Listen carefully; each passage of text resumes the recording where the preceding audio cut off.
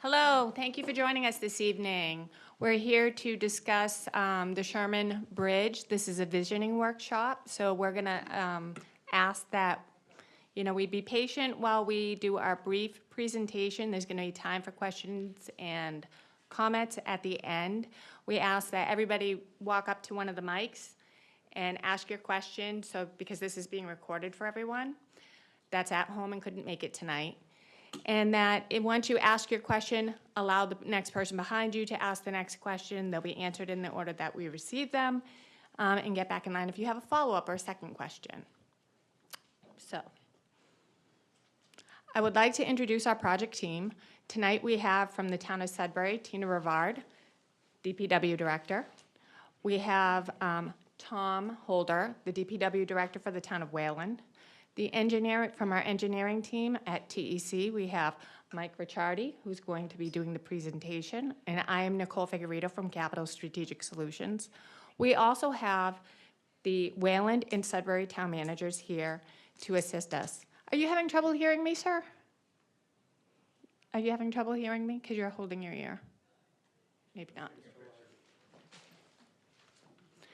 So the agenda for the workshop this evening is we're going to provide a brief background in history. We're going to discuss why the repairs are needed, the improvements to public safety, as well as protecting the Sudbury River, preserving recreational access, the smarter infrastructure investment, as well as maintaining the characteristics of the bridge. With that, I'm going to ask Mike Ricciardi from TEC to continue the presentation.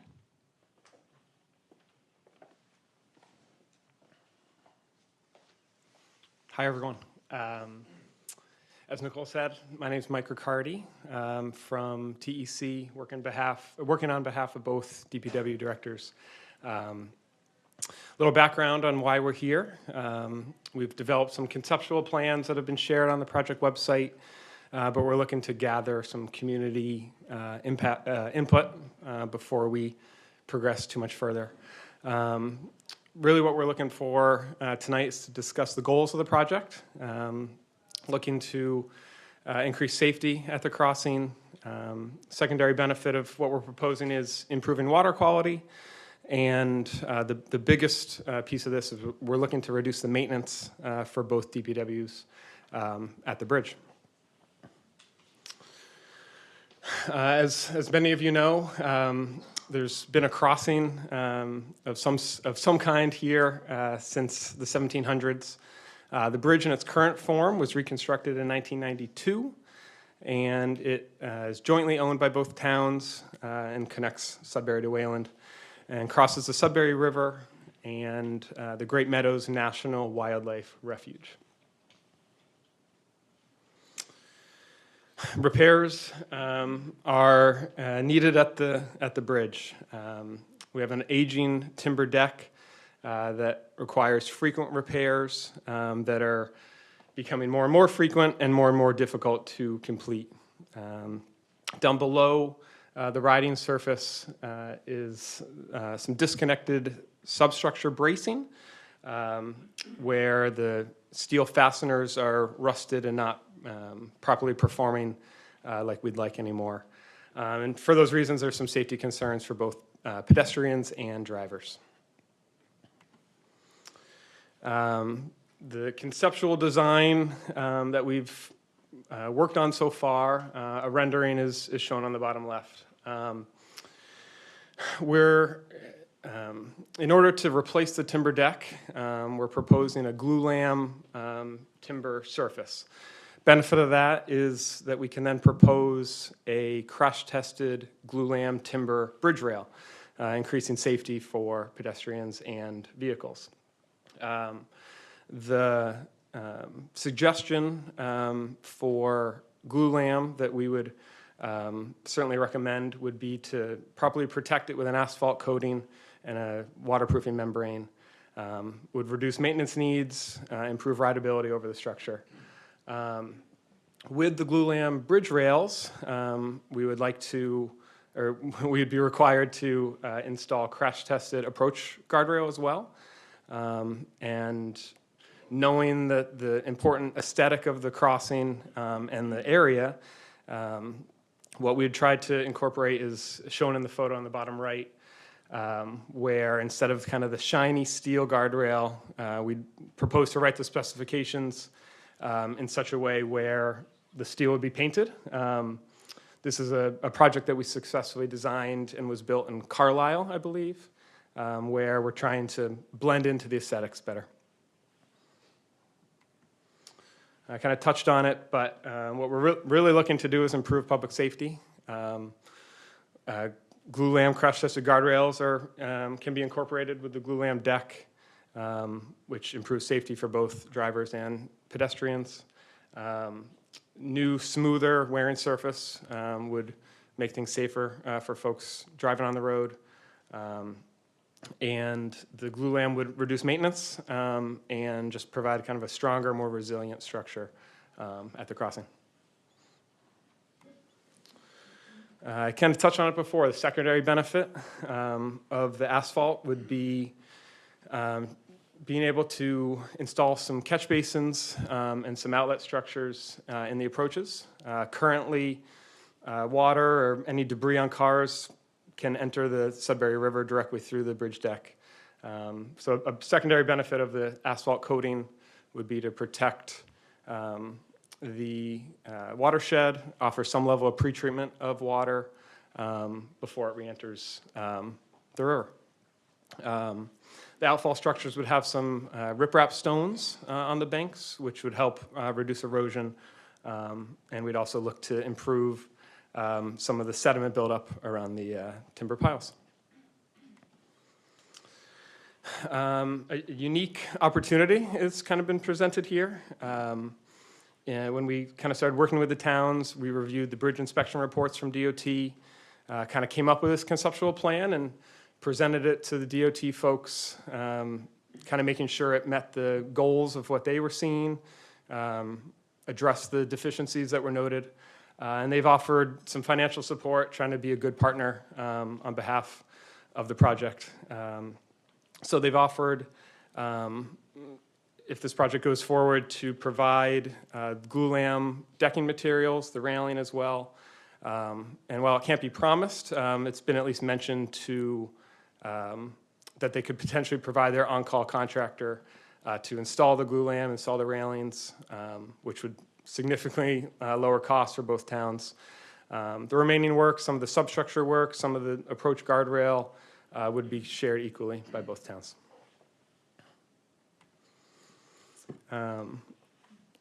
We obviously know this area isn't just used by vehicles. It's an important recreation area, and so we're trying to make sure that that can be maintained with this project. There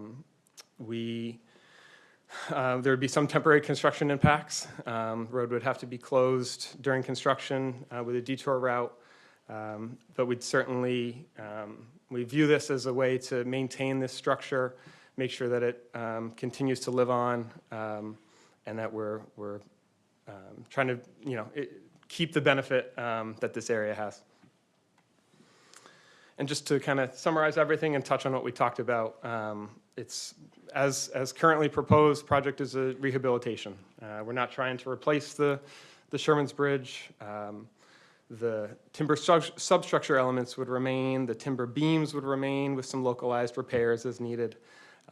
Bridge footprint would be maintained, and trying to accomplish the goal of keeping the aesthetics the same as well. We know that is important to folks.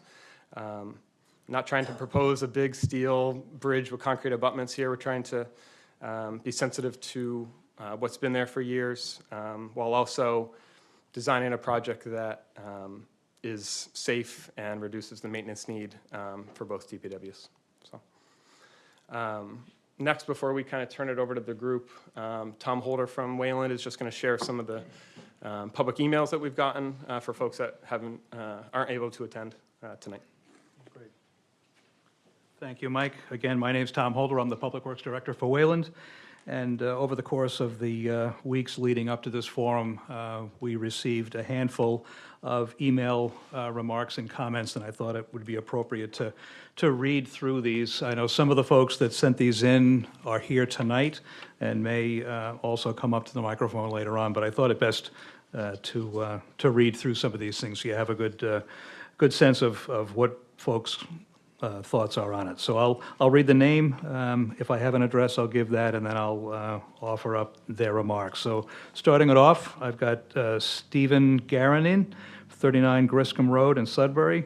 He is an avid kayaker of the river. The biggest issue that he witnesses is the high speeds in which regular vehicles and large vehicles, the large tractor trailer and 10-wheelers, are speeding over the bridge. He would like both communities to consider installing speed humps or bumps on either side of the bridge to slow down traffic. Next would be Peter Vescuso from Weston. He's a Weston resident and cyclist that rides across the bridge 4 to 5 times per week. The rough, uneven wood beams of the bridge are dangerous to property and risky to the physical well-being of a cyclist. Maintaining the current uneven wood design of the aesthetic and historical value would be trading off aesthetics for safety, and that would be a big mistake. As someone who rides over the bridge frequently, I can say the current design is unsafe and a major accident is likely, even a fatality resulting from a crash on the bridge. Please make the bridge safe, cover it with a smooth surface. Adam Shivich, unknown address. I am an avid cyclist and ride across Sherman's Bridge about 50 times per year, often with other cyclists. By far, crossing Sherman's Bridge is the most dangerous part of those rides. The uneven planks toss our bikes around and reduce our control. It is always unnerving, but all the more so when cars are navigating the bridge at the same time. Then it is just plain scary.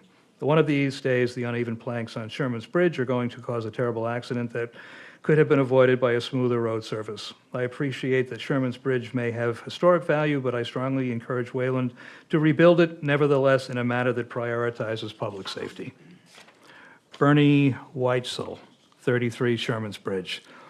The house I live in, which town records show the house was built in 1810, was the house where one of the Sherman family, who farmed the land in this area, actually lived.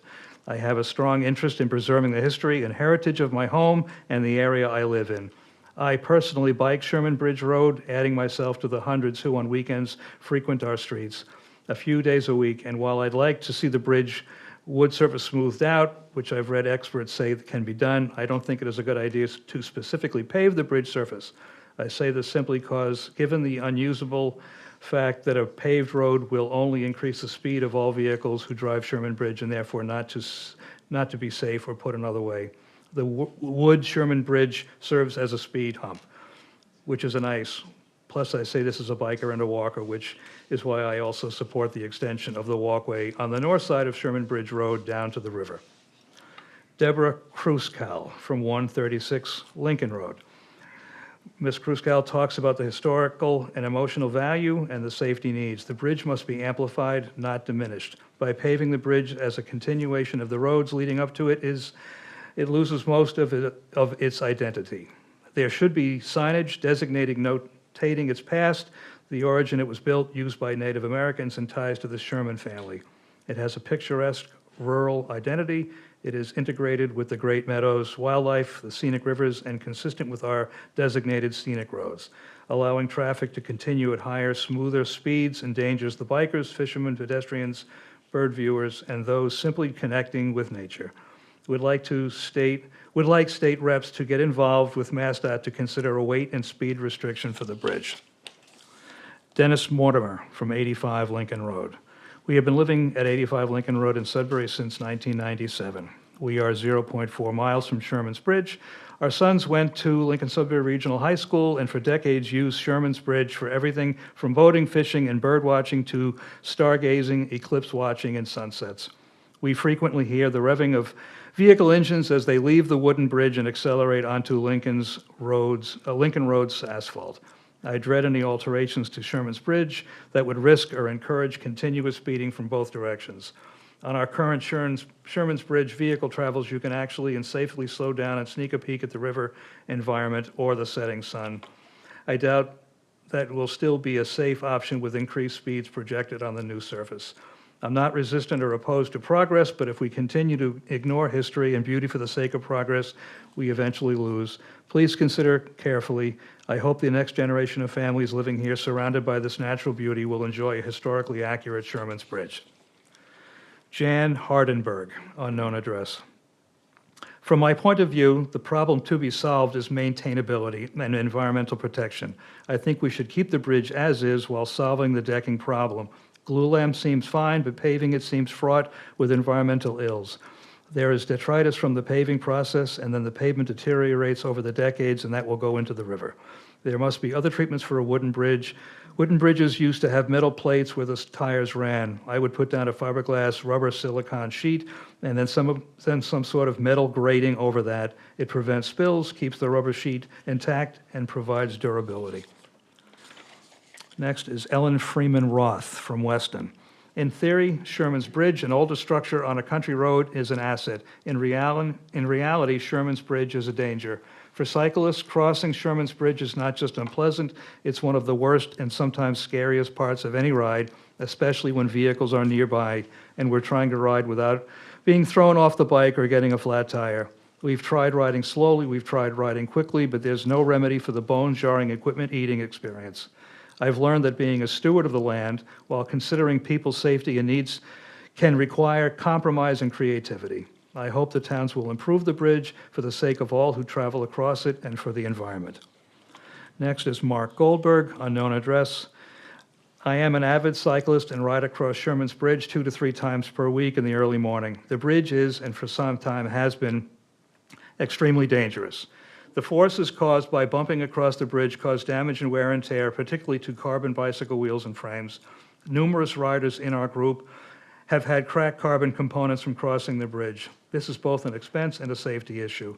In order to try and find the smoothest path across the bridge, cyclists typically veer across the bridge, which creates a safety issue for cyclists and drivers. It is also common for cars to accelerate past bicycles as they try to make it across. Sherman's Bridge remains one of the most treacherous passes on the local roads. Unfortunately, it's virtually unavoidable for certain routes. This section of roadway is an accident waiting to happen. I hope it does not take a serious crash or worse to do the right thing and make this segment of road safe for all. Bob Hockett, unknown address. The rough timber planks are very dangerous. I have seen people break spokes and even wheels and worse, fall hard when hitting this ridiculous bridge. Whatever you do, people will still ride it as it is a key biking route. To maintain character, you could put in smoother wood planks. If speed is still an issue, put in a speed hump on each side. Please don't wait until someone has a fatal accident to fix this bridge. And then we have Doug Stotts, presented documentation and letters talking about the historical components of the bridge, objects to the asphalt wearing surface and steel guardrails, open to alternative wearing surfaces that can be made to look like wood and modified steel guardrails designed or treated to blend better with the environment. Suggest adding a second walkway on the opposite side of the road that could be funded by CPA funds. Inclusion of bike lanes or following a complete streets principles on length of Sherman's Bridge, if feasible. Also proposed a traffic calming measure such as painting the pavement at both ends of the bridge, adding slow on the pavement approach.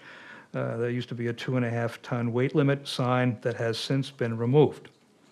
Next is Mel Stolar. Oh, by the way, Doug Stotts is a Sherman Bridge Road resident. Mel Stolar, unknown address. I cycle with Mark Goldberg, who shared his recent comments with you about fixing the bridge for safety for all of us who depend on it for commutes and social rides. Please include me as a strong supporter for the safety improvements.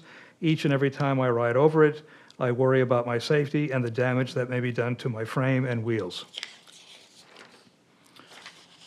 And then lastly, we have Tom Largy, who's a member of the Wayland Surface Water Quality Committee and is a Wayland resident. The documents don't address at all the issue of public access to the Sudbury River. Since there is a current boat launch at Sherman's Bridge, heavily used by both car top and trailered boats, there is no mention of whether the launch will be removed or made less usable. For over 50 years, I've used the Sherman Bridge launch myself for both types of boats, including several times this summer.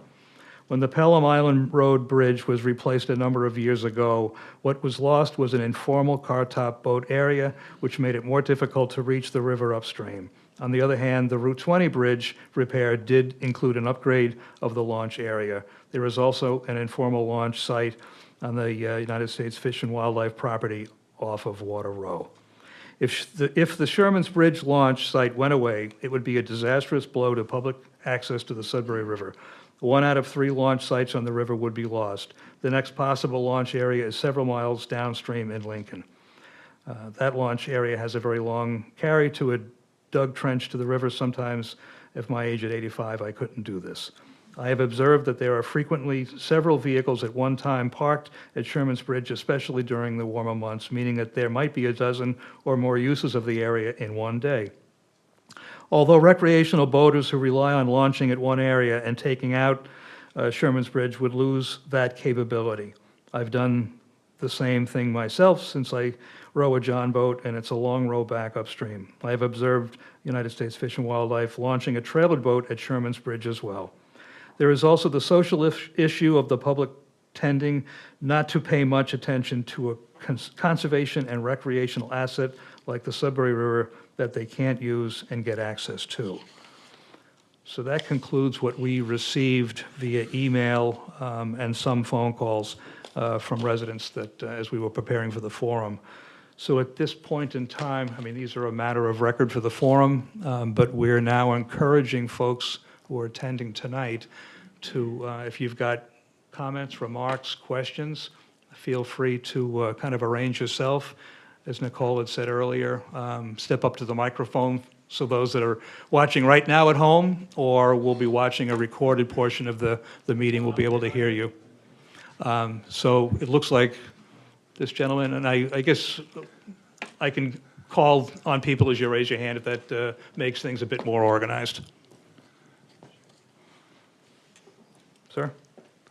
I'm Tom Siaka, and I'm Wayland's representative to the River Stewardship Council. I have been for 25 years. Here's my elevator speech. In 1999, 29 miles of the Sudbury, Aspen, and Concord rivers were designated as wild and scenic by act of Congress, signed into law by President Bill Clinton under the Wild and Scenic Rivers Act of 1968. They were recognized for 5 outstandingly remarkable values, which the River Council, which is a volunteer arm of the National Park Service, is protecting. And we might have regulatory authority over this project, by the way. Our National Park Service staff person, prior to the shutdown,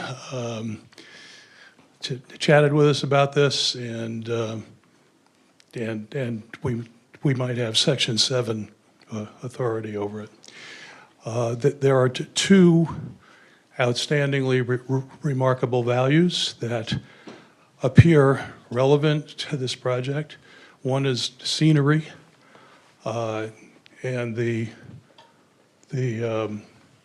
other is history. Scenery is a value common to most or all wild and scenic rivers. History is fairly unusual, but we have a very historic river, and the bridge clearly represents both of those values. So I'm interested to see the details. First reaction is it's hard to see how asphalt is consistent with a scenic historic structure. The treatment of the steel is interesting. Again, first reaction was it's not, again, appropriate for a wild and scenic structure. But you're offering to paint it to blend in. Well, I'd like to hear more about that, especially how long the paint will last and how it will be maintained. And then I'd like to get some pictures of it so we can run it by the River Council. And I'm interested in hearing the reactions of others. Thanks. Another Tom. I'm Tom Largy from Wayland. We'll be here 54 years this coming November. My estimate is I've been on the Sudbury River way over 100 times. I don't watch birds, I catch fish. So I've got a Sudbury River album here. I showed several people, lots of fish. Anybody who's interested can ask to see them. But anyway, you know, I was out to Washington State in June on a fishing trip, out to Montana a couple of years ago on a fishing trip, up Maine, New Hampshire. And a consistent problem is public access on things like rivers, ponds, lakes, and they just seem to get forgotten or pushed away. Part of the problem is that the public access is frequently just kind of there. It's maybe public land, it may be private land, it's just awfully hard to say, but the land is frequently not available. Sometimes when access is put in, things get much more difficult. As an example, I might also fish Walden Pond and find that it's closed in November when the water's cold and the trout are biting. So anyway, in regards to Sherman Bridge, my message is please at least conserve what's there and if possible, enhance it for boating access. My name is Tom Cooper. I live at 66 Sherman Bridge Road, and I would describe that as within hearing distance of the bridge, because when people visit us and the doors open in the summer, they go, "What's that noise?" Every time a car goes over. So I think noise is the biggest issue. I personally have. I see the TEC plan would certainly reduce it. As to whether it should be asphalt or some other material, I don't have a strong view, but as long as it reduces the noise. Another question I have is TEC was involved just a few years ago when there was a brief consideration of substantial repairs to the bridge and replacing the surface. And at that time, that design would have completely closed access to the sidewalk because of railings that were being proposed. And I can't tell from that photo that was showed earlier whether there's still access to the sidewalk. To me, that would be essential. Sure. This rendering? Is that Yes. Yeah, so fantastic point. Answer it with the benefit of the railing at the curb line would help protect folks on the walkway, sidewalk. And what we'd look into making sure that folks can still get to that without having to crawl over the bridge rail would be working on a path that would get from the Wayland, the north side of the Wayland approach, from the boat ramp that would get you onto the walkway. Okay. Another question I had about the design was this shows a large railing between the sidewalk surface and the road surface. Today, there is none. There hasn't been as long as I've lived there, which has been since around 2010 or 2000. And I'm not sure why it's necessary. A lot of people, you know, will step off of there and walk along the road surface and walk to the other side and look over the other railing. So I would question why there needs to be a railing there at all. One of the things I wonder is there data, has someone gathered data about whether there have been injuries to pedestrians caused by cars on the bridge, and whether anyone's investigated to what extent a railing like that would have prevented it? Several people have talked about protecting pedestrians, that that's the purpose of the railing. But I don't know if there's really a hazard, because I'm not aware of anyone ever getting injured because of a contact between an automobile and a pedestrian who was using the sidewalk. Several people have mentioned speed. I agree, speed is a big problem because people go way too fast over the bridge. Whatever's done, there really needs to be ways of preventing cars from going too fast. One question I have also is Is there any data about the users, the drivers that use the bridge? How many of them either live in Sudbury or live in Lincoln and go from Lincoln to Lincoln-Sudbury High School? I'm just wondering about those percentages. I see the cost is proposed to be borne equally between the two towns, although my suspicion is Sudbury gets way more benefit out of the presence of a bridge there. And the last point, maybe the most important one, is this bridge has two different names. It's called Sherman Bridge, and it's called Sherman's Bridge. And I wish we could conform those, and I have a preference. I think Sherman Bridge is a better choice. So, not sure how we're going to resolve that. It might be the most difficult issue. Sure. Thank you.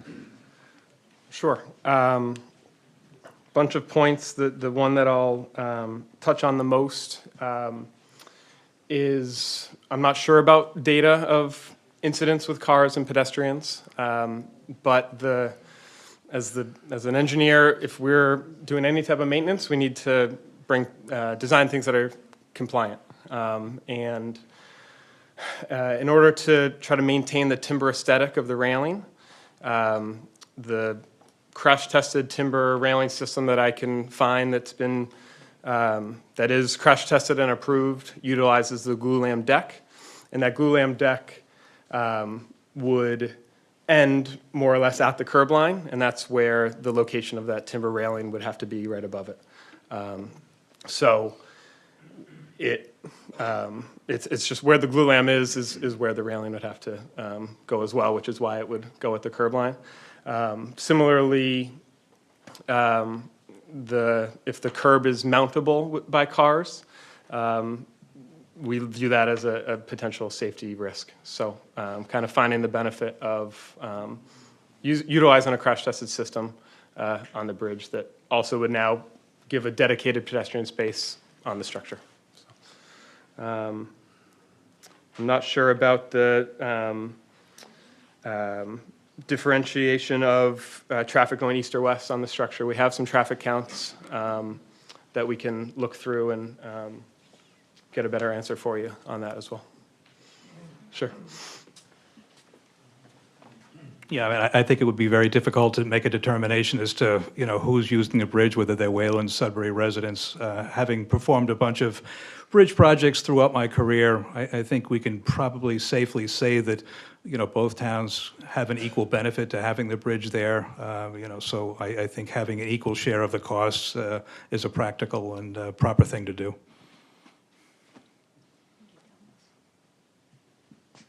Yes, sir. Hi, Henry White, 56 Lincoln Road in Sudbury, and in a butter to the bridge. I had Can't hear you. Oh, sorry, Henry White. To the mic. 56 Lincoln Road in Sudbury, and in a butter.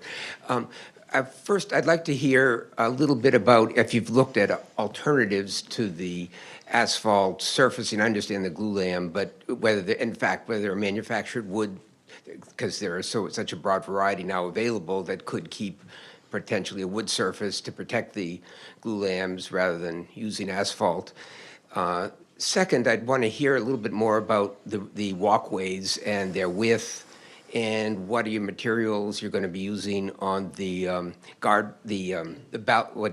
banisters because it's hard to tell from whether that's going to continue to be wood or what form of wood. And It would continue to stay wood. and a similar design to what's Correct. Yep. Some slight differences to bring it to current standards, but yes. Yep, very similar. And I just want to support the discussion about the traffic and traffic speed on the bridge, because it already, I think it does slow people down, and so it's serving as a informal speed bump. But I think, and that's a general issue on Sherman Bridge and Lincoln Road in both directions. Sherman Bridge does not have, I think there's a much more dangerous place for bicycles, which is there's a section that is barely wide enough for two cars as you go up the hill toward Wayland. And so I think there needs to be a way to make sure that car speeds are reduced across the whole section, whether it's a series of speed bumps like Gleason Lane or some variety to at least make sure that we're accommodating everybody. And finally, I just wanted to ascertain whether the walkway is going to be handicapped accessible so that people from the boat launch area can park their car and get on the walkway, because right now it isn't. Thank you. Sure. A few things there. Intent would be to make everything ADA accessible, and there'd be a slight reduction in width on that sidewalk versus what's out there today with the kind of wider crash-tested rail for vehicles, but would still be ADA compliant width-wise. You mentioned speed, and I'm not a traffic expert or speed expert, but I have Kevin Dandrade from TEC as well that kind of here to help support and kind of speak to some of the speed questions that you have. So I'll bring Kev up. Thanks.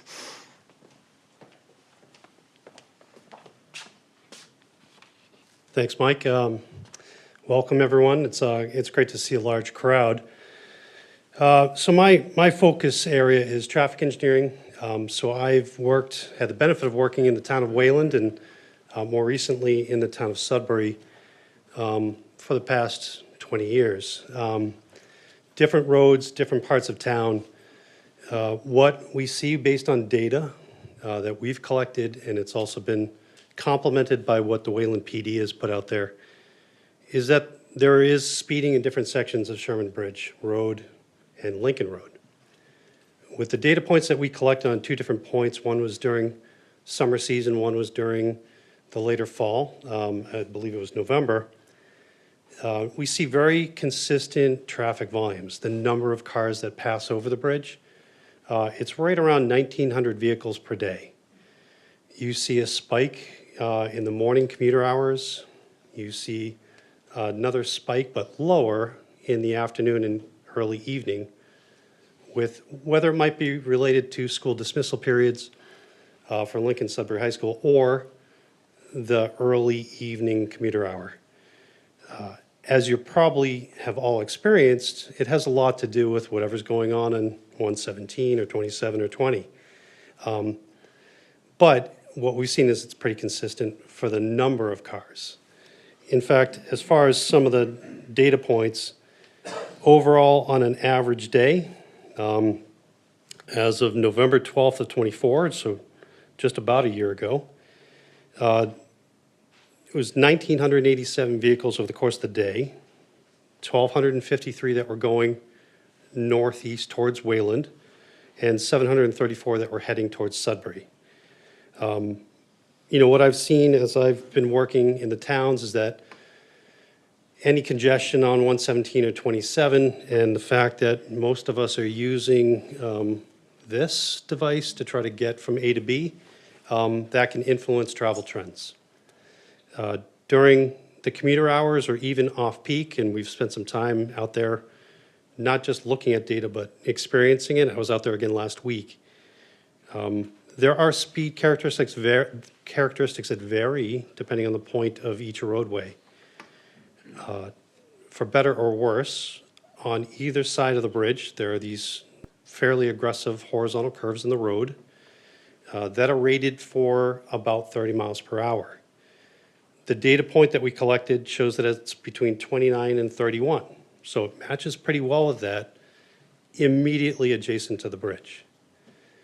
Once you get further away from the bridge and you get on some of those straightaways on either side, Wayland or Sudbury, those volumes pick up.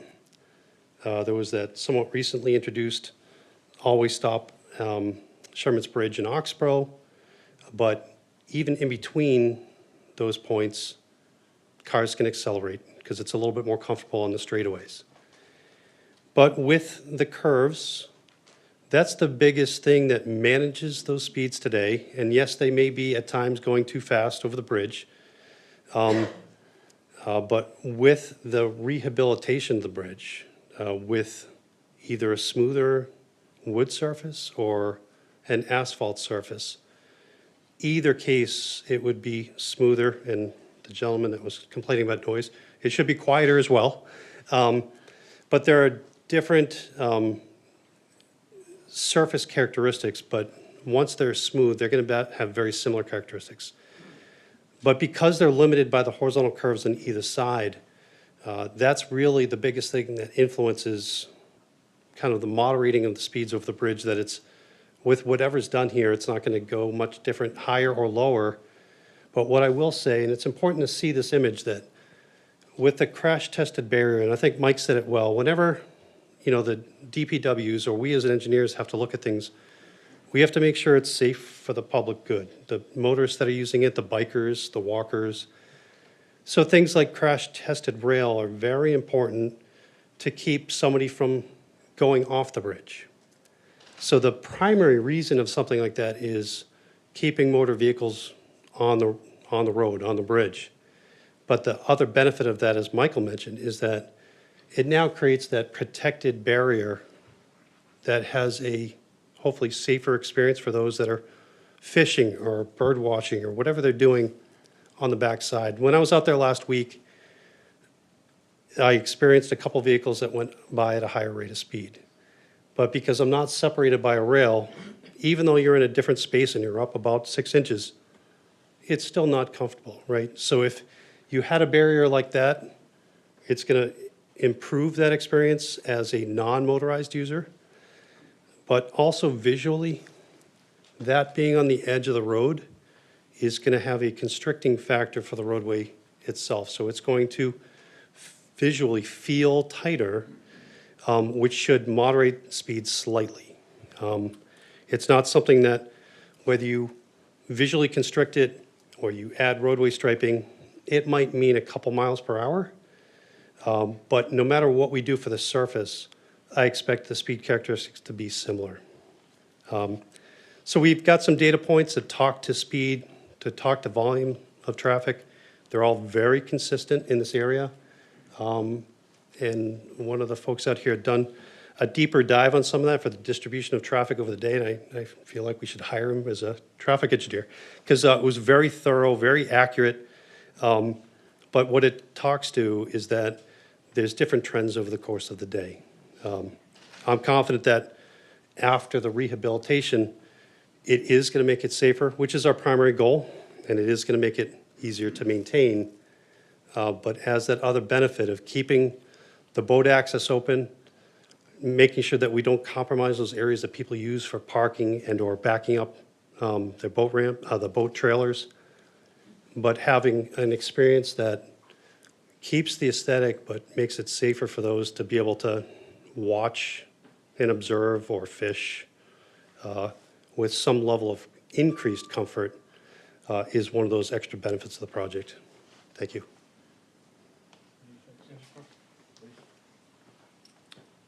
I just wanted to take a moment to speak to 2 points that the previous speaker had asked about. Is we've been working very closely with MassDOT relative to this project, the design, the proposal, and they strongly support and encourage and just about requiring that we put a wearing surface over the glue lam. It's been said by them that the expected life without the asphalt would be about 20 years. The expected life with asphalt would be 40. So in essence, we're doubling the life expectancy of this project. And for those that want to preserve the historic nature of the bridge,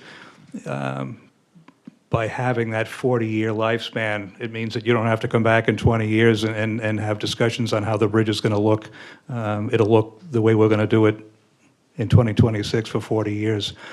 It was also asked, have we considered other, alternatives to asphalt? And one thing that we are researching, and it looks promising, I've spoken about it before, is imprint technology. I used it successfully in Framingham, used it successfully in Wayland.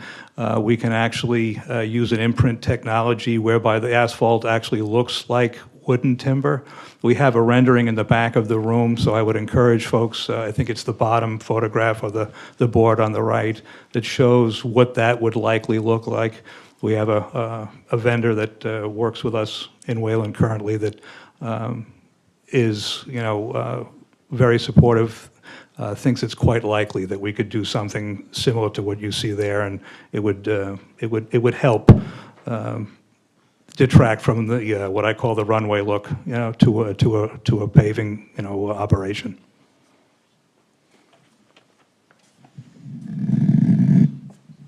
Hi, I'm Elisa. I live on Sherman's Bridge Road, probably the section that sees the greatest speed. And in fact, in 2023, there was a traffic study done too, over 2 periods of time. And one of them was based, I guess they were measuring right from my house. And 95% of people went above the speed limit. The speed limit is currently 25 miles an hour on a narrow road with no sidewalks whatsoever, often hillsides or trees right at the road. So really bad place for bicyclists. I'm sure they've experienced really hard for pedestrians, and even hard for me.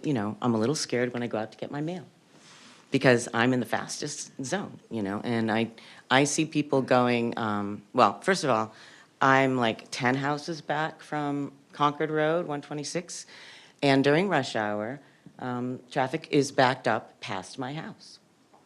That's how bad it is, because people are cutting through, instead of using 117 or 20, via this bridge. Now, oops, phone call. Sorry about that. Where was I? Okay. Oh, I lost my, okay. Anyway, so speed is a problem in that area in general. It's 25 mile an hour without speed bumps does nothing. This is a very rural area, a rural feel area, residential only, narrow streets, no sidewalks, and it's a rural historic kind of bridge. I mean, it's very historic, although it was rebuilt. But it was rebuilt in a way that had to accommodate larger cars, because it's a bridge for cars. And, but it looks like a, New England wooden bridge. And there was a gentleman, let me see if I can find this folder. Yeah, here it is. So there was a gentleman in Waltham from the Board of Public Works who commented and raised his concern about the absence of a weight limit sign on Sherman Bridge. And the BOPW agreed that Lewis should confer with the Board of Selectmen, since signage is their responsibility as traffic commissioners.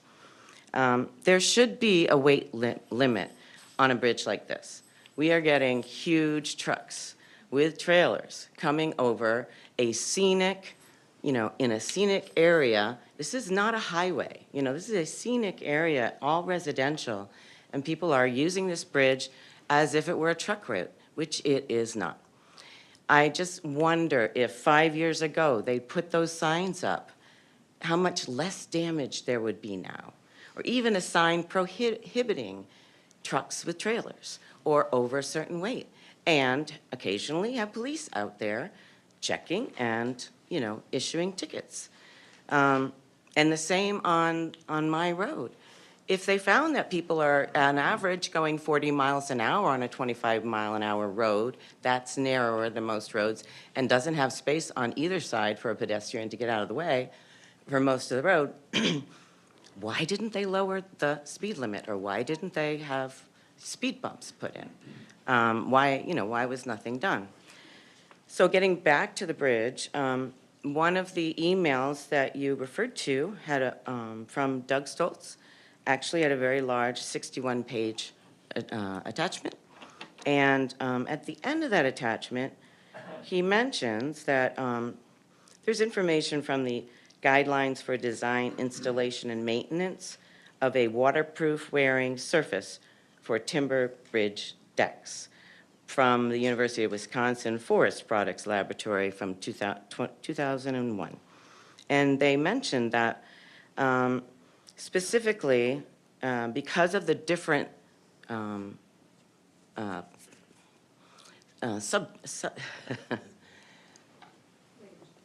yeah, the different layers, I'm trying to think, different substance that these things are, the wood and the asphalt. And what is this stuff on the top there? Is it that asphalt? You Yep. just have another name for it, yeah. Yep. They don't necessarily stick together. And because asphalt and wood behave differently.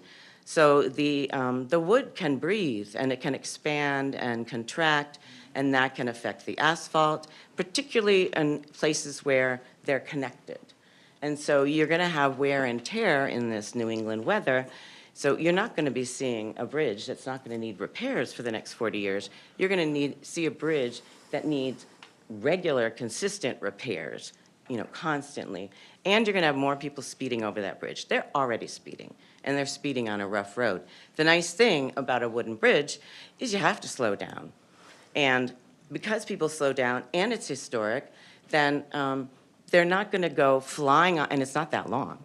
They're not going to go flying off and having an accident and needing to have metal up there for 250, 400 years, 300 years, incredibly long number of years. There's been a bridge there, and I've never heard of any vehicle crashing off the side.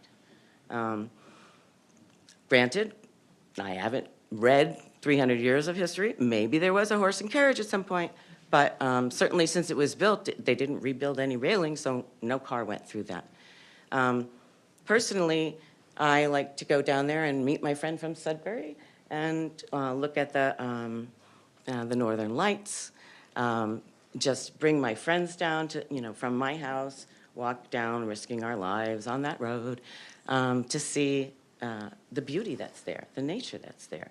This is like a nature preserve. It's a scenic area. It's not a commuter's road. So I don't see any reason to cater to people who are avoiding highways by using this to commute on, which they're doing because you're not getting the same number of cars going back in the evening. They're all avoiding the truck route of 117 and 20 by cutting through the neighborhood, and they're cutting through a very quiet neighborhood with teeny streets. And so I don't think that it says particularly about the problems with wood and asphalt together.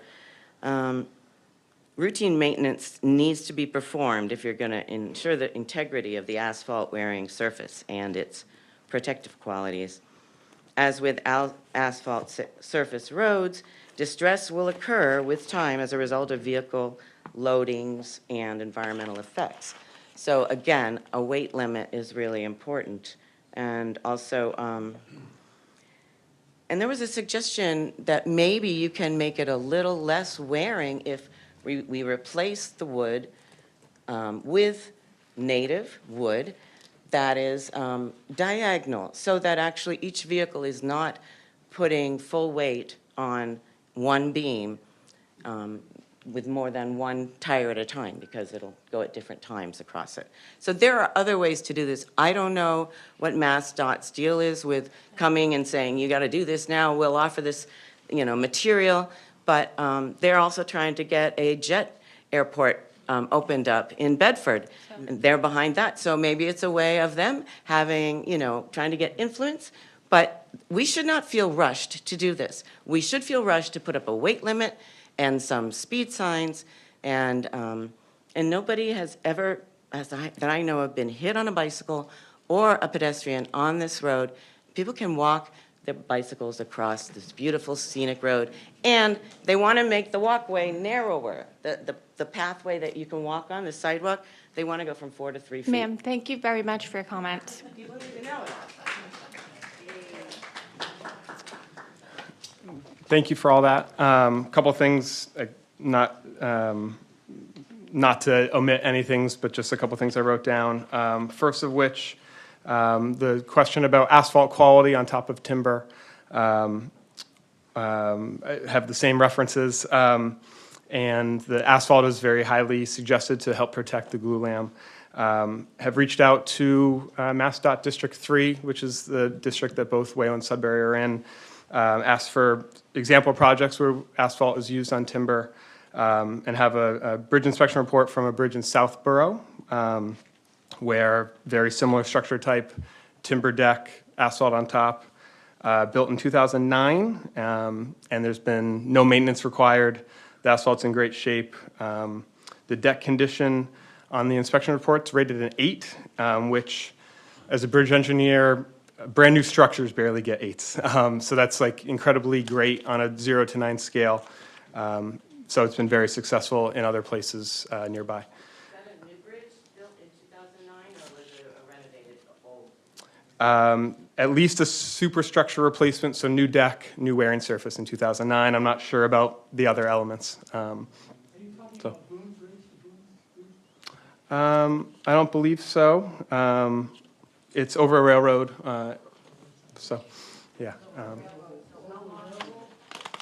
Sorry?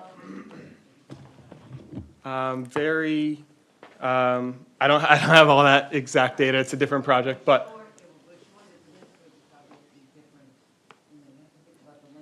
Sure. Ma'am, can you either come up to the mic, or would you like me to bring it to you so that the people at home can hear your comments or questions? Okay. Thank you. Sure. And just to touch on speed quickly, I understand some issues potentially away from the bridge. Just to kind of reiterate what Keb would say, is at the bridge crossing itself, kind of the curves coming into it would dictate speed over the structure. And other things beyond the bridge crossing would kind of be outside of the purview of this project, so. But it does impact the neighborhood. Sure. So making it easier for trucks, heavy trucks and vehicles, and then speed at 40 miles. Sorry, the same deal with the, yeah. So I'm sorry to do this. If you want, I can bring the mics over to you, but we have people viewing at home, so it's helpful for them if you either walk to the mic or raise your hand. I'll bring a mic to you. Thank you. Thanks. Steve Myro, Red Barn Road in Wayland. I live less than a mile from the bridge, and I've lived in Wayland since 1981. I have several comments. Note that both Sherman's Bridge Road and Lincoln Road are both scenic roads in their respective towns, and I think changing the bridge to look like this is kind of violating the spirit, if not the letter, of the scenic roads bylaws. So I would strongly, I would, I would suggest, in my opinion, I'm for keeping the bridge in its current form. And I think that's partially what makes Wayland, Wayland, and Sudbury, Sudbury, some of the historic features of the towns. It's for the same reasons why we still have covered bridges in New England, or for that matter, the USS Constitution. No one's keeping that in decent shape because of the cost benefits. It's partly the history. I think one of the things that would help the bridge a lot, and both safety and longevity, would be controlling the speeds to 15 miles per hour, which could be done via signs and possibly speed bumps on both sides of the bridge. It would make it safer for the cars, bicyclists, and pedestrians. And I would think it would, I suspect that some of the wear and tear on the bridge decking is because of the excess speeds, which I've seen cars over there a lot that I think they're going over 40 miles per hour quite frequently. I do want to, I know there've been a lot of comments from bicyclists about the bridge, and this is not going to win me too many friends, but, well, I used to be an avid bicyclist. I biked across the United States twice, so I guess I would fit in that category. And I've been over the bridge hundreds of times, and I've walked my bike over the bridge many times as well. There's a walkway there, and it's not the most dangerous spot on Lincoln Road or Sherman's Bridge Road. So I would vote for just walk your bike if you're worried about the safety on it. But having a lower speed would make it safer also. I would also like to ask about, since it's not a full rebuild, what's the total weight of the asphalt? Because wouldn't that put more load on the substructure of the bridge? it would seem like that might cause more, you might need more repairs underneath the bridge in the future with the weight of the asphalt. 34 tons? Okay. I don't want to interrupt you, but sometimes we lose the amount of questions, so I want to address some as we go. The weight one I can speak to.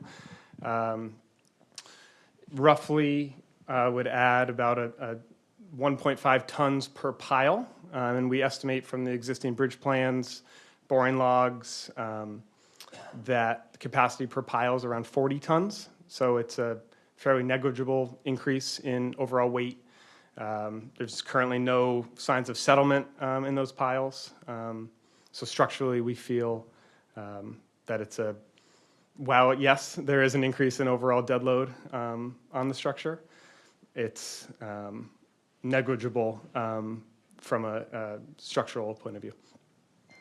What would be the impact if the speed was lowered to 15 miles per hour and it was built? How would that, can you speak to how that would impact the longevity on the bridge? Can't speak to it. It wouldn't be on TEC to enforce speed limits, so I don't want to promise anything on that front. And not sure the impacts of reduced speed and longevity.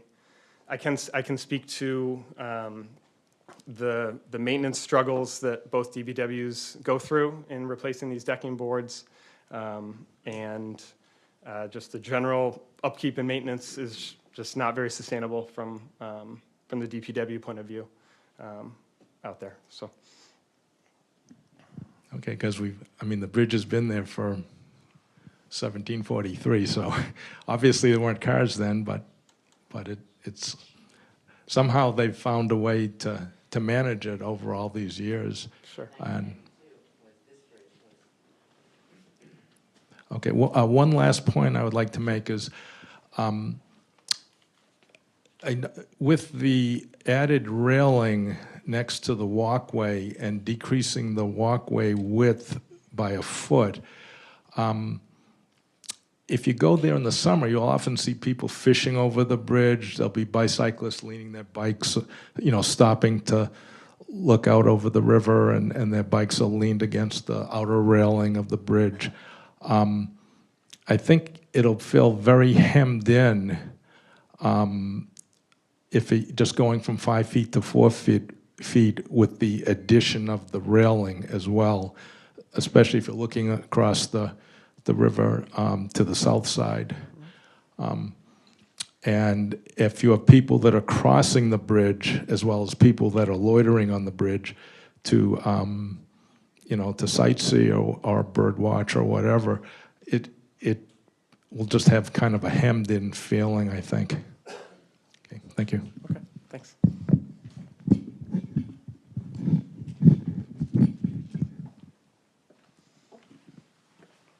So we really appreciate the feedback that we're receiving, and it's getting, we only have the room for so long, so I just want to ask if you could keep your questions kind of brief, and we will get back to the questions, and if you have comments, we definitely appreciate it, and we want to hear from you, so please. I'm Rebecca Devine. I'm at Hereford Road, which, for those of you that don't know, is at the end of Alpine Road. It's a family property. It's been in my family since 1944, so I've been here my entire life. My father and my family has grown up on the bridge and on the river, so we have a long history. I appreciate the nature of the wood structure. That being said, I do not appreciate the sound of the bridge. It comes right up the river to my house. It is not pleasant. People that think it is, I'm sorry. It's people work in my yard and go, what is that noise? The maintenance has been atrocious since this bridge was built. Back in 1991, when it was shut down for 2 years that I couldn't get to see my grandmother for, we all said, what are we doing with the wood structure? I appreciate the technology is advanced. I am for this plan mostly because we as a town cannot afford to take on another project and not get assistance from the state. Our funding in Wayland is out of control. We have massive bills coming due for the PFAS and the MWRA connection, the lead pipe removal, paying for people that we've hired and fired in this town, our budget cannot afford to pass up this opportunity to have MassDOT take on some of this.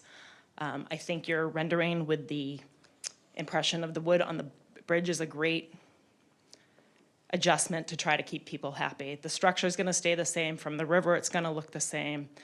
As a note, this is not a historical bridge. The original bridge did not have a walkway for pedestrians. So the fact that we have one now is a difference. You have to progress. I think the safety railing will help slow down people because, again, you're going to have it next to your mirror. I understand that the people drive way too fast on the road. I've been there forever. You're not going to fix that by keeping the bridge falling apart. You have to do something else, whether we get the police department involved and we ask for more stuff. The stop sign has certainly helped, but you can't keep the bridge falling apart to try to slow people down. And please do not pass up the opportunity of the funds from MassDOT. It is too important for the town right now. Thank you.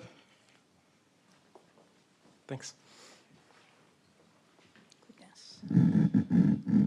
Hi, I'm Susan Kaufman. I'm at 66 Sherman Bridge Road. I'm one of the 3 families that are closest to Sherman Bridge. I see my neighbors that are next to me here also. I disagree with my husband. I don't mind the noise of the bridge at all. And that's how it goes. For everybody who hates it, there's someone who loves it. One day there was a knock on my door, and it was a truck driver, and he was driving a gigantic 38-wheel, whatever those very big things are called. Sure. And he said, "What is the weight limit on the bridge?" And I said, "I have no idea." He said, "Well, where is the sign? I'll go read it." Well, there is no sign. And since I moved there, since we built our house in 2001, there hasn't been a sign. And I offered to have him call town hall and ask them or the police, but he instead backed his 900-wheel vehicle backwards up Sherman Bridge Road, around the curve and off. A weight limit would be helpful. A small weight limit would be very helpful. I have a concern based on something you said. You commented that the reason why we have to have the guardrail is when you redesign something, you have to comply. You have to meet compliance standards. The last time, sometime I think in the 90s, or the mid-2000s, the last time people were talking in Wayland about redoing the bridge, we were told that the bridge needed to be wider because it didn't meet current Massachusetts standards. We were told that by the DPW director at the time. And we were told that it had to be 30 feet wide, it had to be steel, and because of that, we would have to take the curves out of Sherman Bridge and whatever the road on the other side, Sudbury Road. We'd have to take those curves out. Lincoln Road. Lincoln. Yeah. I'm on the Sherman Bridge side. So I'm worried that if you are talking about needing to be in compliance, is that a sub rosa way of saying that the rest of Sherman Bridge and the rest of Lincoln Road are going to be changed, are going to be widened, are going to be straightened, are going to be things that I don't think any of us really want? If you're interested in the bridge's evolution, someone said, "Oh, this isn't the bridge that was built way back then." That's true. It is not the bridge that was built back in 1743. If you want to see that bridge, go underneath Sherman Bridge. Go down the boat ramp and go underneath where the abutment is. And you can see in low water times pilings from several previous reconstructions of that bridge, all the way back to a place near the Sudbury side where you can see what look like tree limbs, except they're very evenly spaced here and here, the width of a horse and rider. And beyond that, there's another one that was probably the width of a carriage. And beyond that, there are some other pilings, cut-offs, but you can see them when the water is low enough, lined up neatly. And now the current pilings. The history of that bridge is underneath it, and the more we make the top not look historic, the more we lose that history. Sure. I don't want to cut you off. I just see some folks behind you, and I'm Yes, as I stood and waited. But lucky for you, that was it. sure. The question I heard or point I'd just like to address,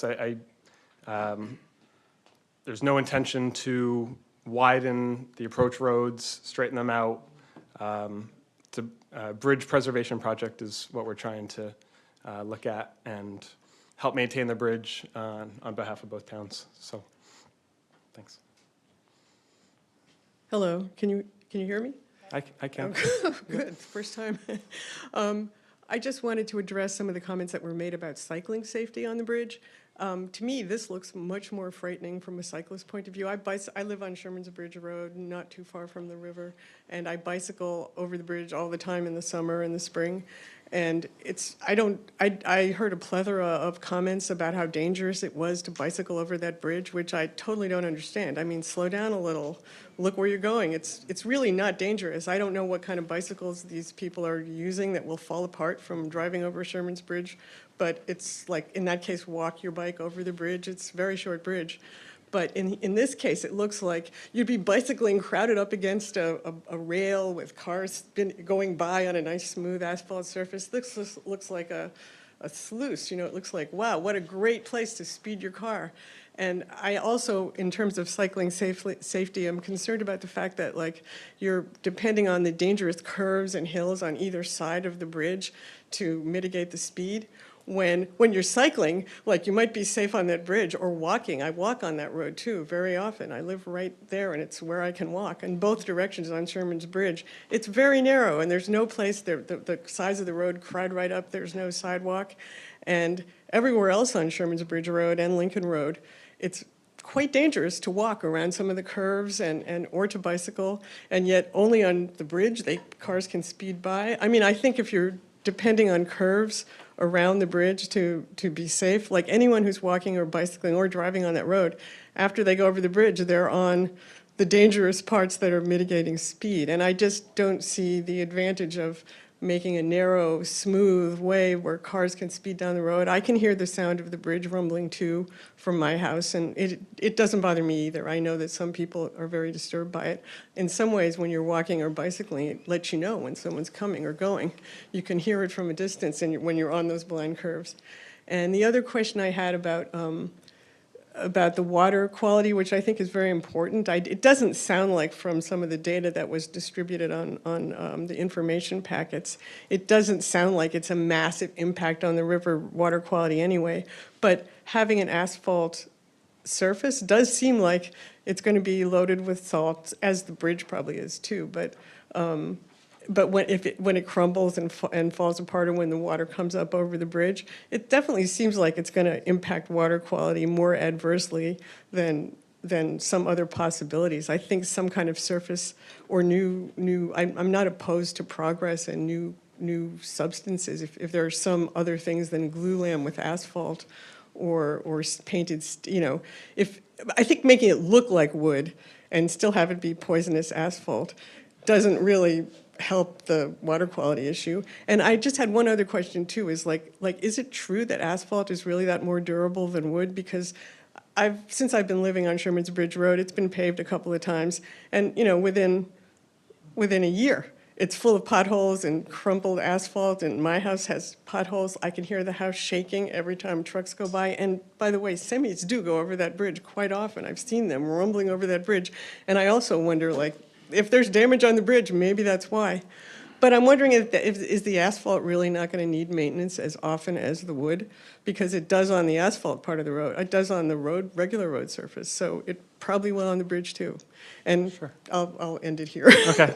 Thank you. To speak to the last point, I think it'd be viewed as asphalt to help protect the investment of the glulam deck, the work that we would do down on the substructure level, just to help protect all those timber elements. And just help better serve those structural features is really the intent. So, please, Tom. Thank you. I thought I just might take a moment to address the, one of the last questions the previous speaker asked about environmental impacts to having a wood deck versus having an asphalt deck. We have been working with both the Wayland and the Sudbury Conservation Commission, both of the agents, and we will be filing a notice of intent with each of the communities as part of this project. And they are both very supportive and encouraged with the proposal that we have and the fact that it will prevent water from cascading down from vehicles through the wood into the river, that there's a system where that water will be conveyed, it'll be pre-treated with catch basins, with best management practice included in it, with riprap discharge down some outfalls. So I wanted to let folks know that we have been looking at this, and we have both of the Conservation Commission's support with the proposal that you see before you tonight.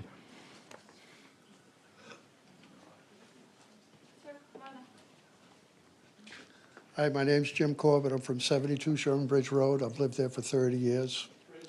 Yep. If you could speak a little closer to the microphone. Thank you. The bridge has been underwater twice since I've lived on Sherman Bridge Road. That's one thing I'm worried about, how it would affect us. The other thing is, since I've lived there, the crest of the bridge has gone down, both ends have picked up on it. So what's to say if you put all this over the old foundation, that's not going to keep on going? When it's cold out, it freezes because there's nothing underneath to protect it. What's going to protect vehicles from going over the ice and going over the bridge? I would like to see it go back to its original, but with one exception, one solid beam going across the roadway as opposed to 3 or 4, because that's where all the problems are right now. They keep on piecing little sections in. And the weak spots, the cars and trucks go over them and they increase it. If you did one solid beam going across, had it milled, I think the bridge will last a lot longer and be a lot safer for the bicyclists too. That's it. Thanks.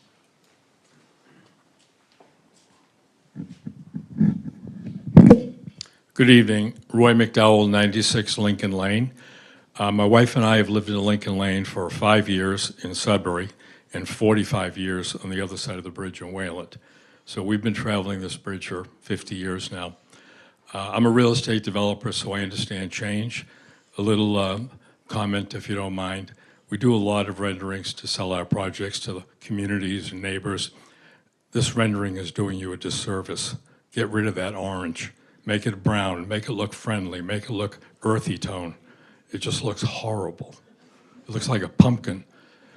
So that being said, I think if you change that, it'll help you a lot. When you look at the galvanized metal that you want to paint, I would suggest you use Color Galv. It'll last a long, long time. Paint 5 years, you'll be out there scraping and repainting it. Would I love to see a wooden bridge? I would, but again, I'm in the development business. I understand change. If it's inevitable, you're going to change it, and it's inevitable it's going to be asphalt, if that's really true. I assume this heavy gauge structure is because you're trying to meet Mass DOT standards. I think the color would be very important. Have you looked at cantilevering the sidewalk out a foot to get another foot on the sidewalk? I don't think that would be too difficult. It adds some structural components, but I think it's very doable. Because they're right, if it's 5 feet, now, 4 feet wouldn't even meet ADA compliance. So you need to look at that, wheelchairs, et cetera. I love the idea of stamping asphalt, if you can do asphalt. We do that a lot on our projects, and it just changes the texture and the character. I think that'd be very helpful. The biggest concern I have if you're going to do this project, I've seen many projects, bridge projects, that take twice as long, sometimes 3 times as long as they project. And part of the problem is getting the materials in a timely fashion. If you're going to do this, I would highly suggest you not only procure all the things, but have them ready on-time delivery, sitting somewhere in a yard, a warehouse, wherever, so we don't hear, well, we're waiting for this, we're waiting for that. It'll be another 3 months, it'll be another 6 months. Gee, they ran out of stock. You hear this all the time. And I think people would feel much more comfortable, if you're going to do it, to know that this can be done in a timely fashion. And the question is then, once you start, and assuming you do as I ask, how long is it going to take you to do the project? Thank you. Thank you for all those points. In terms of the procuring materials of, if this goes through and the glulam is supported by. One last point in defense of what you want to do. I know some people worry about the asphalt. If you do the highest grade level of MassDOT asphalt on top of the P-lams, but you also on the deck, but if you put down a geogrid, it'll distribute the weight even more. And asphalt has a certain amount of elasticity that other products don't. If it was a concrete, it would crack. Asphalt has elasticity, it'll last quite a bit longer. Thank you. Procuring materials, just to speak to that point, the DOT involvement would be purchasing and ordering all the glulam from one fabricator and having it on site before any mobilization or any road closure or starting of construction. So that would be a great point and something that I think would be taken care of. And just want to just touch on one quick differentiator. The coating to kind of mimic a timber surface on top of asphalt is more a coating, not necessarily a stamping. Kind of a spray applied asphalt coating that's customizable and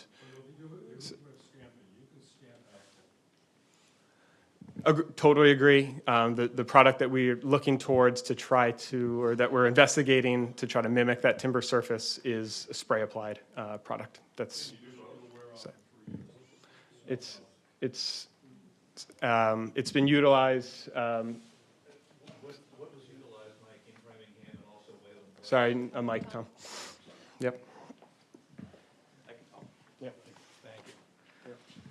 Yeah, to your point, what we used in Framingham, what we used in Wayland was actually a dyed pavement that was stamped. So I am thinking that, as we pursue the company that we've used before, it's my intention to go with that same product line.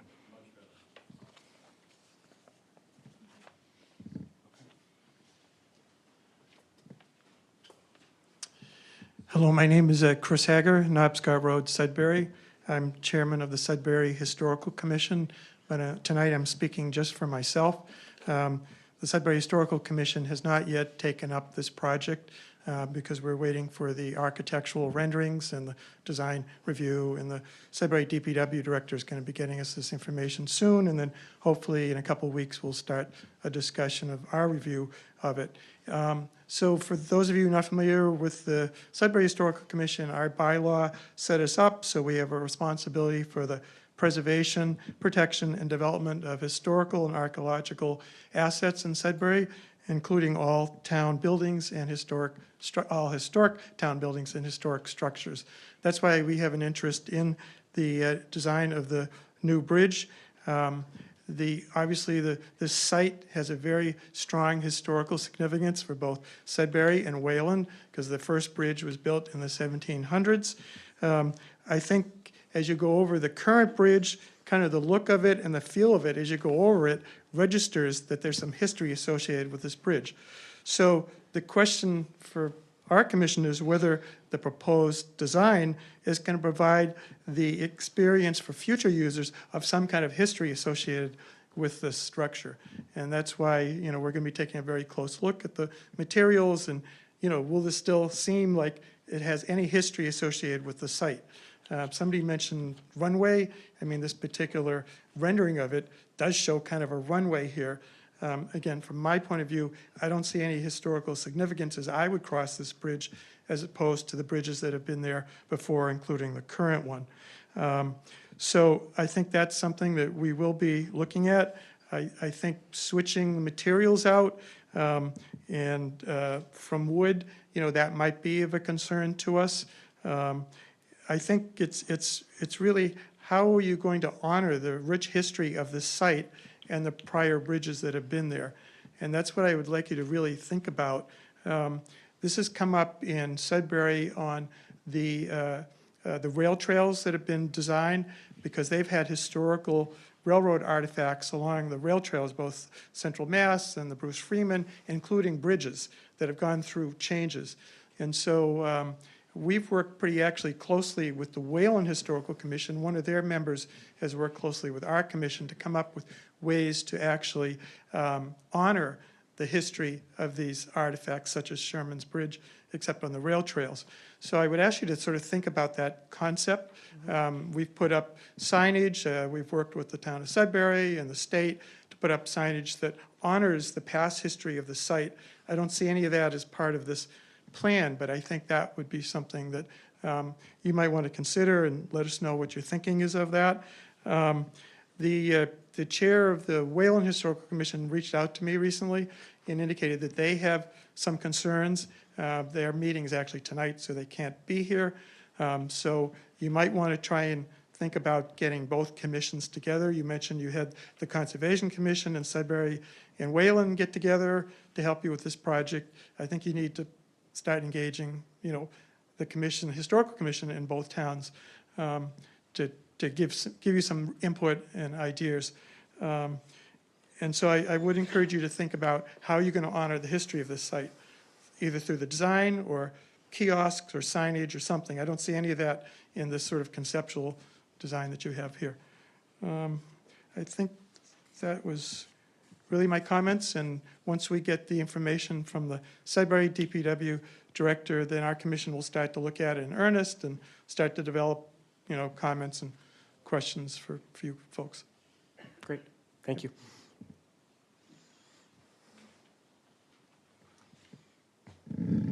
Hi, my name is Alyssa Brown. I'm the River Ambassador for the Sudbury, Assabet and Concord Wild and Scenic River Stewardship Council. And I know we are presenting conceptual design plans here tonight. I tend to be a tree person and not a forest person, so I have a lot of detailed questions. And I know I've asked for concept plans before, detailed plans before, and they haven't been forthcoming yet. And my interest is really in the river. So let me start off by asking a little bit more about the stormwater improvements that you're suggesting, which certainly are called for in this area. But I know the right-of-way is pretty narrow there, so I was wondering where this proposed riprap discharge is, because on the Wayland side, obviously, we'd hate to lose any of the area for recreational vehicle access. Totally. So I hate. Yeah, the intent would be, we're not trying to encroach on or encroach outside of the right-of-way, federal land everywhere, and trying to get easements or anything, I don't think is the right way to go. So we try to discharge just in the banks with some riprap stone to help with erosion that's currently happening out there, and that's kind of what we've gone over with the Conservation Commissions is. So would this be on the Wayland side or the Sudbury side? Both. Both sides? Yep. All right. And just anecdotally, we've started engaging with Army Corps of Engineers, and National Park Service has jurisdiction on the river. We've started the coordination efforts and shown the kind of conceptual plans, and most recently, as we've been trying to continue the coordination, the shutdown is affecting that. So, but we've been in talks with them and showing what we're trying to do and ensuring that there's no adverse effects to the Sudbury River from the parks and Army Corps side.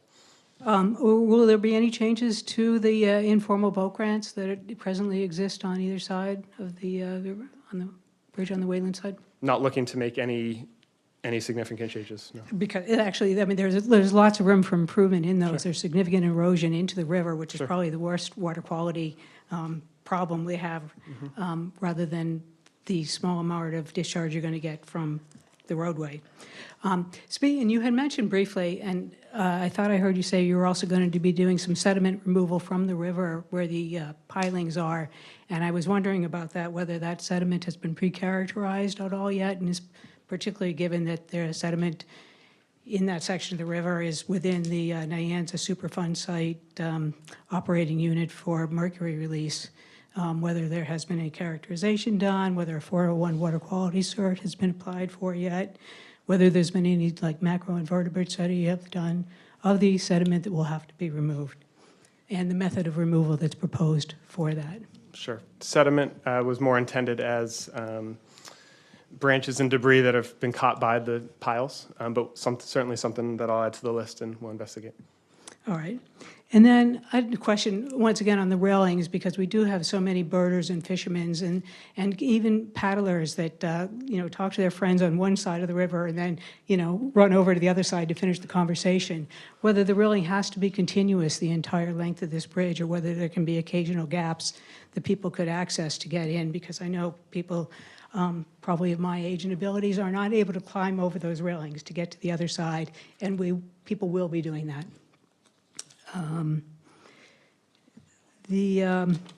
Actually, going back onto one of the questions has to do with the treatment of the surface, winter maintenance particularly. We've been doing an awful lot of work with our water management associations on water quality in the surface waters and the groundwaters, and we're getting, particularly in areas where Mass DOT is doing the winter maintenance, tremendous inputs of road salt into our groundwater and surface waters. And so I was wondering what the maintenance, future maintenance, winter maintenance will be on these bridges, and would that be different if it were asphalt versus wood? Right? I can't speak to the maintenance point of view, so I would turn to the DPW to kind of help with that.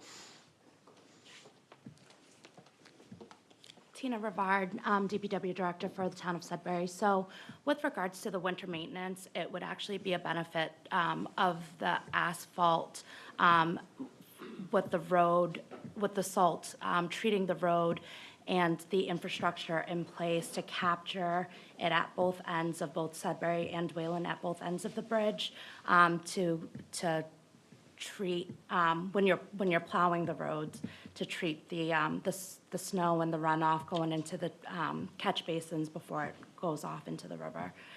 Whereas right now, if there's salt being applied onto the bridge itself, it goes right into the river in between the wooden slats. So are you suggesting that the salt, that the riprap in the district is going to have any impact on salt concentrations? No, it'll capture the water quality in the catch basins and before it discharges. Yeah. All right.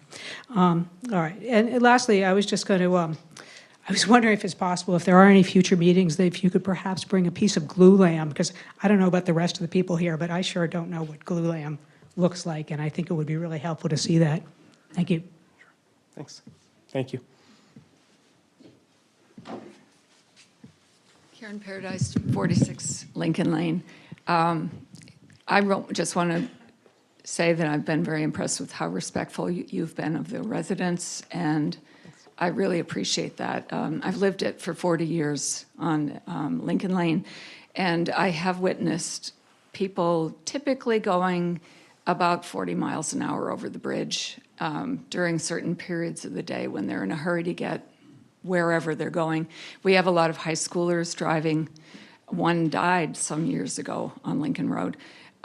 We have people who speed regularly there, and I believe coming from the Wayland side, it's worse than coming from the Sudbury side because the line of sight is longer, and what happens is the people on the bridge itself, if it's paved, could be endangered by greater speeds. If people could go 50 or 60 miles an hour by the time they reach the bridge, it could be very dangerous. So I see the need for this speed rail that you're contemplating. But I understand that you're debating whether to go with wood or asphalt. And I would ask you to talk to the town of Stowe. On Sudbury Road, there's a bridge that's been covered with asphalt. They have to pave it every year. Every year.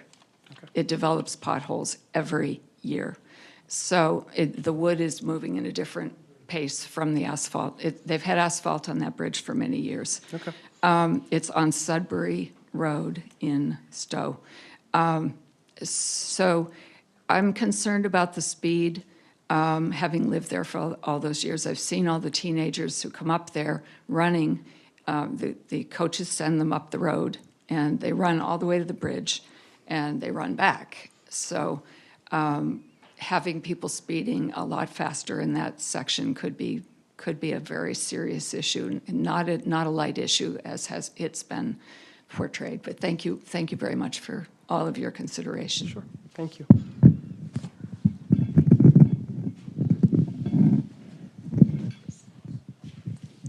Hi, John Weintraub. I grew up in Wayland, lived here for 18 years, moved away, and I've been living here for the last 18 years. So I grew up as a kid going to the bridge, and I love bringing my kids to the bridge today. There's obviously historical significance, but it's also just a place of peace. It's a place to see the sunrise or the sunset.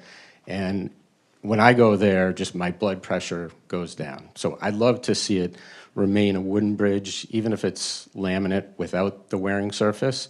And I do have a couple questions. I've done some work on glulam bridges. I think it was Elise who brought up some issues with the wearing surface, especially when you have glulam on top of a sawn wood structure, because sawn wood, which is just solid wood, will expand and contrast with moisture and the environment. Glulam won't. So then you start to get some deflection in the surface, which creates cracks, potholes. And from what I've read, the maintenance on a paved bridge over wood is not, it's not as simple as repairing a regular pothole. Typically you have a layer of asphalt, you have a membrane, and another layer of asphalt. So when you're repairing that pothole, you have to be careful that you don't damage the membrane. If you do, then it's a bigger issue. So there's a lot more maintenance if and when you have cracks or potholes. A question that I do have as far as, this is a flat bridge. The structure as it is today is flat. If you build this, what I'm seeing here is what's called scuppers. And scuppers is where the water goes off. You usually have a crown in the road, water goes off. So that would imply that that water is being shed into the river. How do you plan on diverting that water back to the end of the bridge? So if you could talk to that, that would be great. Sure. And go ahead. Okay, fair. I think that certainly scuppers will allow some water to leave the structure before we get to the catch basins. Intent being that vast majority would get to the approaches and get to those catch basins for pretreatment to re-enter the river. How is that possible if the road is flat? You have a convex, a crowned road with those scuppers, and if the bridge deck is flat, how would you get enough pitch to get? Survey shows that it isn't. It is not perfectly flat. That there is a pitch. I forget whether it pitches towards Wayland or Sudbury. I believe towards Wayland, but that would be the goal, right. And the intent is to try to make sure it gets to those approaches. But again, with a slight crown, you will have a fair amount going into the water. So I don't think that the economic, I mean the environmental benefit is really a lot to argue for the paved. And then also the paved deck, as a lot of people implied, would bring up speed. You talk about the fact that speed has to come down. So if we say that this is a 25-mile-an-hour bridge, which some people say it should be 15, which I agree, but even if it's 25, then putting in a bridge, a significantly sized bridge approach device like that seems to be overkill for a 25-mile-an-hour bridge. I was involved in a bridge replacement on a 25-mile-an-hour road on the Cape, and we did not have to do that. And then the other thing I just want to add, because I just want to make sure, because it was brought up that we don't want to miss this money, but it's my understanding that the money is not dependent on putting that wear surface down. The money's for the glulam.